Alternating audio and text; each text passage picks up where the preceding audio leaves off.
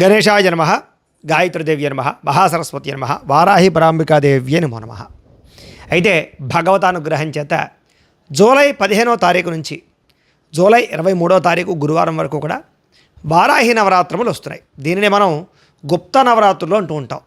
సాధారణంగా ఉపాసనాపరులు లేదా పీఠాలలోనూ మాలాంటి వ్యవస్థ ఉన్న చోట కూడా విశేషంగా ఈ వారాహి నవరాత్రములు చాలా విశేషంగా జరిపిస్తూ ఉంటూ ఉంటాం.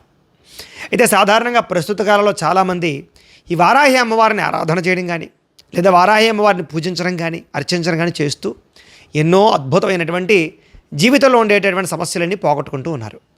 అయితే ఈ సందర్భంగా ఈ వారాహి నవరాత్రములలో ఇంట్లో ఎటువంటి పూజ చేసుకోవాలి, లేదా మాలాంటి పీఠాల్లో జరిగేటటువంటి పూజలో ఎలా పాల్గొనాలి, లేదా ప్రస్తుత కాలంలో చాలామంది వారాహి అమ్మవారిని ఎందుకు పూజించొద్దు అంటున్నారు, లేదా ఏ రకంగా పూజించొద్దు అంటున్నారు, లేదా ఏ రకంగా పూజ చేస్తే ప్రమాదాలు ఉన్నాయి, ఏ రకంగా అర్చిస్తే పూజిస్తే అమ్మవారి యొక్క అనుగ్రహం కలిగి మన జీవితంలో ఉండేటటువంటి చాలా రకాల సమస్యలు తృణప్రాయంగా తొలగిస్తుంది అనే విషయాలన్నీ కూడా ఇప్పుడు మనం తెలుసుకుందాం. ఎందుచేతనంటే సాధారణంగా మనం పూర్వం ఇప్పుడు కూడా ఈ వారాహి నవరాత్రములు కానీ లేదా వారాహికి సంబంధించినటువంటి పూజలు కానీ ఆలయాలు కానీ చూసి ఉండం. కాశీ వెళితే అక్కడ మనకి వారాహి అమ్మవారి యొక్క ఆలయం ఉంటుంది. పొద్దున 9 దాటితే అక్కడ దర్శనం ఉండదు. మళ్ళీ తర్వాత రోజు పొద్దున 6 గంటలకే తెరుస్తారు. అలాగే మనకి తిరుమల వెళ్ళామనుకోండి, వరాహస్వామి వారి యొక్క స్వరూపంలో సాక్షాత్తు అక్కడ వరాహ వెంకటేశ్వర స్వామి వారు దర్శనం చేస్తుంటారు. వరాహస్వామి వారు ఆయన అక్కడ క్షేత్రపాలకుడు. ముందర ఆయన దర్శనం చేయకుండా మనం వెంకటేశ్వర స్వామి వారిని దర్శనం చేసుకుంటే ప్రయోజనం ఉండదు.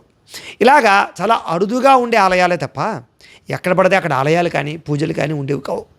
కానీ ఈ మధ్యకాలంలో ఏమిటంటే కొంతమంది రాజకీయ నాయకులు అవ్వచ్చు, లేదా కొంతమంది ప్రముఖ వ్యక్తులు అవ్వచ్చు, ఈ వారాహి అమ్మవారి యొక్క దీక్షలు చేయడం వల్ల పూజలు చేయడం వల్ల వాళ్ళకి అద్భుతమైనటువంటి రాజకీయ పదవులు రావడం, శత్రువుల పాతాళంలోకి తొక్కబడడం, అంతేకాదు ప్రతి కార్యం యందు విజయం కలగడం, పేరు ప్రఖ్యాతులు రావడం, ఐశ్వర్యం రావడం అనేది కళ్ళారా చూడడం కారణం చేత మనం ఎందుకు ఈ వారాహి అమ్మవారి యొక్క నవరాత్రులు చేయకూడదు, వారాహి అమ్మవారిని కొలవకూడదు, పూజించకూడదు అని చాలామంది ప్రారంభం చేశారు, చేస్తున్నారు. అయితే ఇక్కడ ప్రధానంగా గుర్తుపెట్టుకోవాల్సిన విషయం, అసలు వారాహి అమ్మవారిని పూజించకూడదా అనేది కూడా తప్పే, లేదా ఎలా పడితే అలా పూజ చేయొచ్చు అనేది కూడా తప్పే. దీనికి కొన్ని రకాల ప్రమాణాలు, శాస్త్రపరమైనటువంటి విషయాలు ఉన్నాయి. అయితే సాధారణంగా ఈ అమ్మవారిని ఎవరు ఎక్కువ ఆరాధన చేసేవారు పూర్వం అంటే మాలాంటి పీఠాలలోనూ ఉపాసనాపూర్వం మేము గురుముఖత ఈ వారాహి అమ్మవారికి సంబంధించినటువంటి మూలమంత్రాన్ని గురోపదేశంతో చక్కగా ఆరాధన చేస్తూ పూజిస్తూ అర్చిస్తూ ఉంటాం. అలాగే దశమహావిద్యలు చేసేటటువంటి వారు లేదా చండీ ఉపాసనాపరులు, ఇలాగా ముఖ్యంగా అమ్మవారి యొక్క ఉపాసనాపరులందరూ కూడా గుప్తంగా చేసుకునేటటువంటి నవరాత్రములు ఇవన్నీ కూడా. అంటే బయట ప్రపంచానికి బయట వ్యక్తులకి చెప్పి చేసేవాళ్ళం కాదు. ఖచ్చితంగా మాత్రం మిగతా నవరాత్రములతో పోల్చుకుంటే ఇది చాలా శక్తివంతమైన నవరాత్రులు. మనకి సాధారణంగా 3 నవరాత్రములు వస్తూ ఉంటాయి. ఒకటి వసంత నవరాత్రములు మనకి చైత్రమాసంలో వస్తాయి, తర్వాత ఆశ్వీజ మాసంలో శరన్నవరాత్రములు వస్తాయి, ఇలాగా మళ్ళీ ఆషాఢ మాసంలో గుప్త నవరాత్రులు వస్తాయి. ఈ 3 కూడా మాలాంటి పీఠాలలో చాలా విశేషంగా చేస్తూ ఉంటాం అమ్మవారి ఆరాధన అది కూడాను. అయితే ఈ కార్యక్రమాలు ఎలా జరుగుతూ ఉన్న శుభతరుణంలో చాలామంది భక్తులందరూ కూడా గోత్రనామాలతోటి మా పీఠాలలో పాల్గొనడము, మేము వాళ్ళకి హోమాలు, దానికి సంబంధించి వారాహికి సంబంధించినటువంటి కొన్ని రకాల ఉపాసనలన్నీ కూడా చేయించి వాళ్ళకి ఏదైనా దోషాలున్నా సమస్యలున్నా పోగొట్టడము ఇవన్నీ చేస్తూ ఉంటాం గుప్తంగా. అయితే ఈ మధ్యకాలంలో ఇళ్లలో చేసుకోవడం ప్రారంభం చేశారు. అయితే ఇక్కడ సమస్య ఏమిటంటే కనుక వారాహి అమ్మవారికి సంబంధించిన మూల మంత్రాలు కొన్ని ఉంటాయి. అవి అనుదాత్త ఉదాత్త స్వరితాలతో చెప్పేటటువంటి మంత్రాలు. వాటితోటి కనుక మనం ఇంట్లో కనుక పూజలు చేసిన లేదా కొన్ని ప్రత్యేకమైన మంత్రములు ఉంటాయి, వాటితో కనుక పూజ చేసినట్లయితే అమ్మవారి యొక్క శక్తిని, ఆ ఉగ్రపరమైనటువంటి తాపాన్ని తట్టుకోలేము. అందుచేత ఎలా పడితే అలా పూజించకూడదు. మరి ఎలా పూజించాలండి, అసలు పూజ చేయకూడదా అంటే అది కూడా తప్పే. అమ్మవారిని పూజించడం ఖచ్చితంగా ప్రతి మనిషి కూడా చేయొచ్చు. ఎందుకంటే అమ్మ అందరికీ అమ్మే కదా, మాకు ప్రత్యేకం మీకు ప్రత్యేకం, మిమ్మల్ని అయితే కోప్పడుతుంది, మమ్మల్ని అయితే ప్రేమగా చూస్తుంది అనేది అబద్ధం. మరి ఎలా చేయాలి అంటే సాత్విక ఆరాధన చేయాలి. ఇక్కడ పెద్ద సమస్య ఏంటంటే గుప్తమైన మంత్రాలన్నీ కూడా బయటకు చెప్తున్నారు చాలామంది, వాటి వల్ల ప్రమాదాలు సంభవిస్తున్నాయి తప్ప అమ్మవారిని పూజించడం వల్ల ఎటువంటి ప్రమాదము జరగదు. మరి అలాంటి గుప్త మంత్రాలతోటి రహస్య మంత్రాలతోటి కాకుండా సాత్వికంగా ఇంట్లో పూజ చేసుకునే విధానం అనేది ఒకటి ఉంది. అది శ్రీసూక్త విధానంగా చక్కగా అమ్మవారు ఎవరు? సాక్షాత్తు లలిత అమ్మవారి యొక్క పట్టపరాయణురాలు. ఆవిడ యొక్క సంబంధించినటువంటి అంగదేవతలో ఒకతి.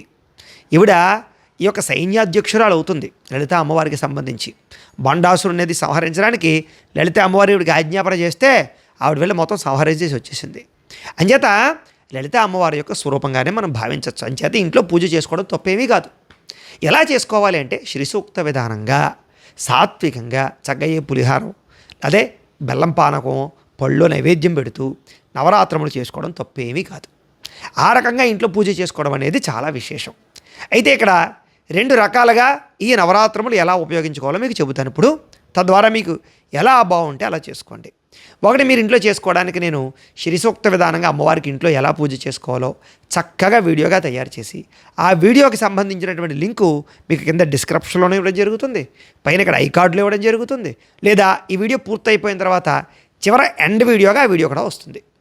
ఈ వీడియో పూర్తయిపోయాక కనపడుతుంది, ఇలా కొట్టండి చాలు, క్లిక్ చేస్తే మీకు ఆ వీడియో వస్తుంది. దాన్ని మీరు చక్కగా సేవ్ చేసుకోండి. అంటే ఎవరికైనా షేర్ చేశారనుకోండి వాట్సాప్లోనో, లింక్ అలా ఉండిపోతుంది. మీరు నవరాత్రి మొదలయ్యాక లింక్ క్లిక్ చేసి వీడియో వస్తుంది, రోజు పూజ చేసుకోవచ్చు. లేదా మా ఛానల్ సబ్స్క్రైబ్ చేసుకోండి, లైక్ కొట్టండి, మీకు వస్తుంటుంది. ఆ రకంగా నవరాత్రి 10 రోజులు చక్కగా ఇంట్లో పూజ చేసుకోండి. ఏమీ తప్పేం కాదు. కాకపోతే చిన్న గమనిక ఏమిటంటే సూర్యోదయాత్ పూర్వం చేసుకోండి. అంటే పొద్దునే లేచాక 6 అవ్వకుండా చేసేసుకోండి పూజ. మళ్ళీ సాయంకాలం కుదిరితే 6 దాటిగా చేసుకోండి. ఎందుకంటే ఈ అమ్మవారి యొక్క లక్షణం ఏంటంటే ఈవిడ గ్రామదేవత. అంచేత ఏం చేస్తుందంటే పొద్దున్న అంతా పడుకుంటుంది. పొద్దున్న 6 గంటల నుంచి సాయంత్రం 6 దాకా పడుకుంటుంది. సూర్యాస్తమయం అయ్యాక లేస్తుందన్నమాట. లేచి అప్పుడు శత్రువును సంహరించడం కానీ లేదా దుష్ట శిక్షణ చేయడం కానీ చేస్తూ ఉంటుంది. కాబట్టి అమ్మవారిని పట్టపగలు మనం పూజ చేస్తే డిస్టర్బ్ చేయకూడదు. అంచేత మనం రాత్రి సమయంలో పూజించాలి. కాబట్టి సూర్యాస్తమయం అయిన తర్వాత కానీ సూర్యోదయాత్ పూర్వం కానీ పొద్దున రాత్రి కుదిరితే పొద్దున రాత్రి చేయండి, మీకు పొద్దునే కుదిరితే పొద్దునే చేయండి, లేదా రాత్రి కుదిరితే రాత్రి ఒక పూట చేయండి, నష్టమేమీ లేదు. ఈ రకంగా 9 రోజులు చక్కగా చేసుకోండి. ఇలా కలశ పెట్టుకోగలిగితే పెట్టుకోండి, పెట్టుకోకుండా పూజించుకున్నా నష్టమేం లేదు, ఇలా ఫోటో పెట్టుకుని పూజ చేసుకోవచ్చు. కాబట్టి అలా చేసుకోవడం వల్ల కాస్త అమ్మవారి యొక్క సంపూర్ణ అనుగ్రహం కలిగి మీ సమస్త కోరికలు నెరవేరుతాయి. ఎటువంటి కోరికలు నెరవేరుతాయి కూడా మీకు చివరిలో చెప్తాను. ఇక రెండో అద్భుతమైనటువంటి ఉపాయం ఏమిటంటే అత్యంత శక్తివంతమైనటువంటి వారాహి హోమం.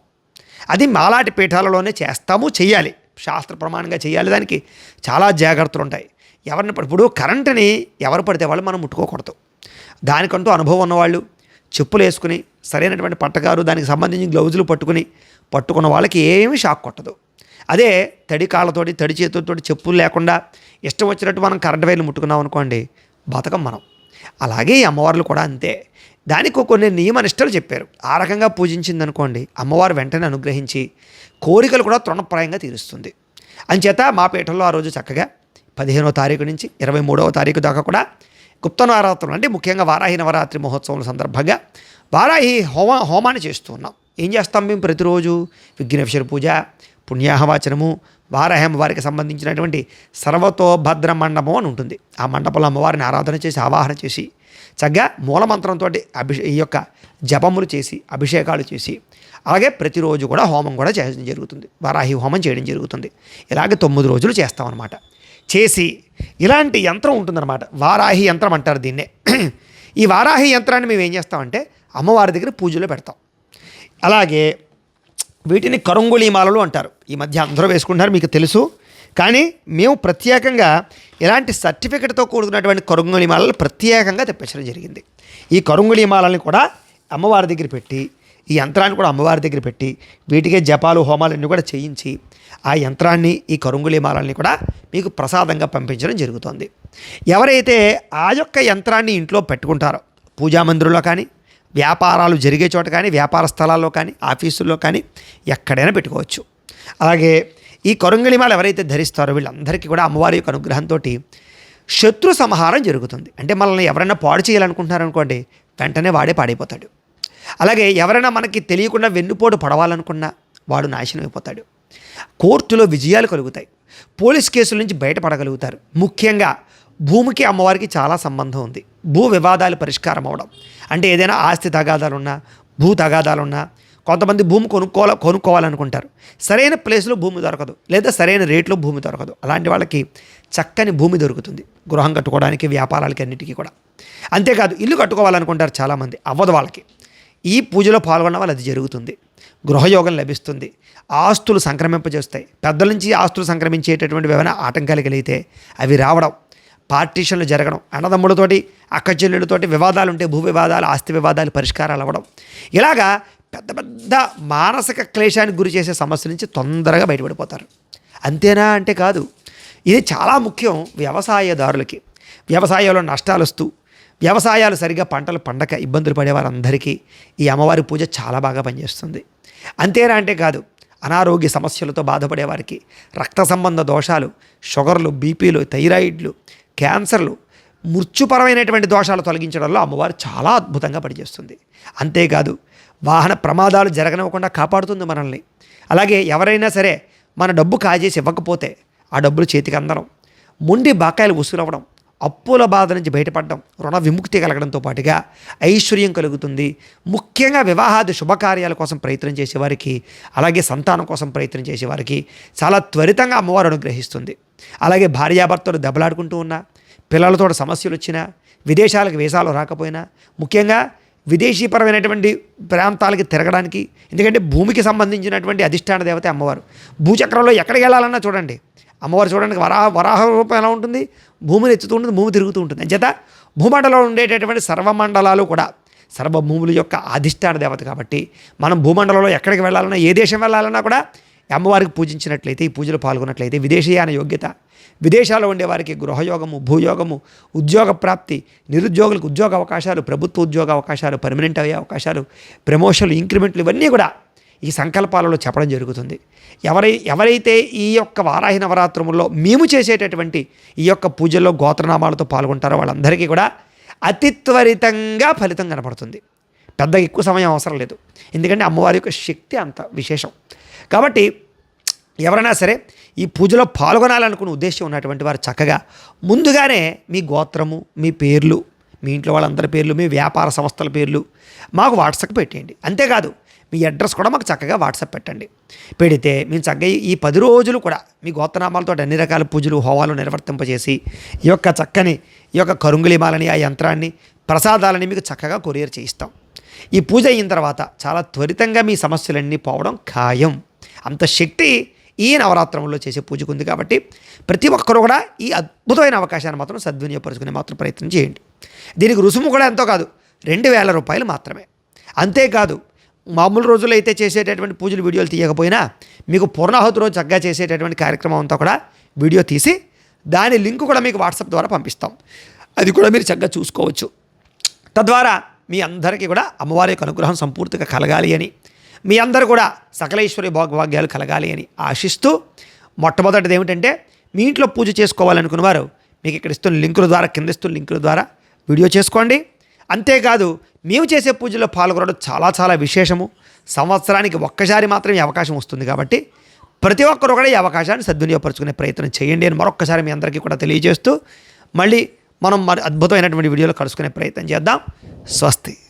అలాగే నా కోసం మీరు చేయవలసినటువంటి చిన్న సహకారం ఏంటంటే, ఇక్కడ కనపడుతున్నటువంటి ఈ వారాహి అమ్మవారిని ఒక్కసారి దర్శనం చేసుకుని, అమ్మా నీ ఆశీస్సులు మాకు కలగాలి, నీకు పూజ చేసుకునే అవకాశం, నీ పూజలో పాల్గొనే అవకాశం కూడా మాకు కలగాలమ్మా అని ఒక్కసారి సంకల్పం చేసుకోండి. సంకల్పం చేసుకోవడం అంటే ఇక్కడ లైక్ బటన్ కొట్టడము, కింద కామెంట్లో ఓం వారాహిదేవి నమః అని కామెంట్ పెట్టడమే సంకల్పం. కాబట్టి అలా సంకల్పం చేసుకుంటే ఆవిడ ఆశీస్సులు మీకు కలిగి ఈ పూజలే పాల్గొనే అవకాశం మీకు లభిస్తుందని తెలియజేస్తూ, అలాగే అందరూ కూడా మా ఛానల్ సబ్స్క్రైబ్ చేసుకోండి. రాబోయే రోజుల్లో దీనికి సంబంధించినటువంటి అనేక రకాల అప్డేట్స్ అన్నీ కూడా మీకు ఇవ్వడం జరుగుతుంది. ఇక అనేక రకాల విషయాలు మీకు చెప్పడం జరుగుతుందని తెలియజేస్తూ స్వస్తి.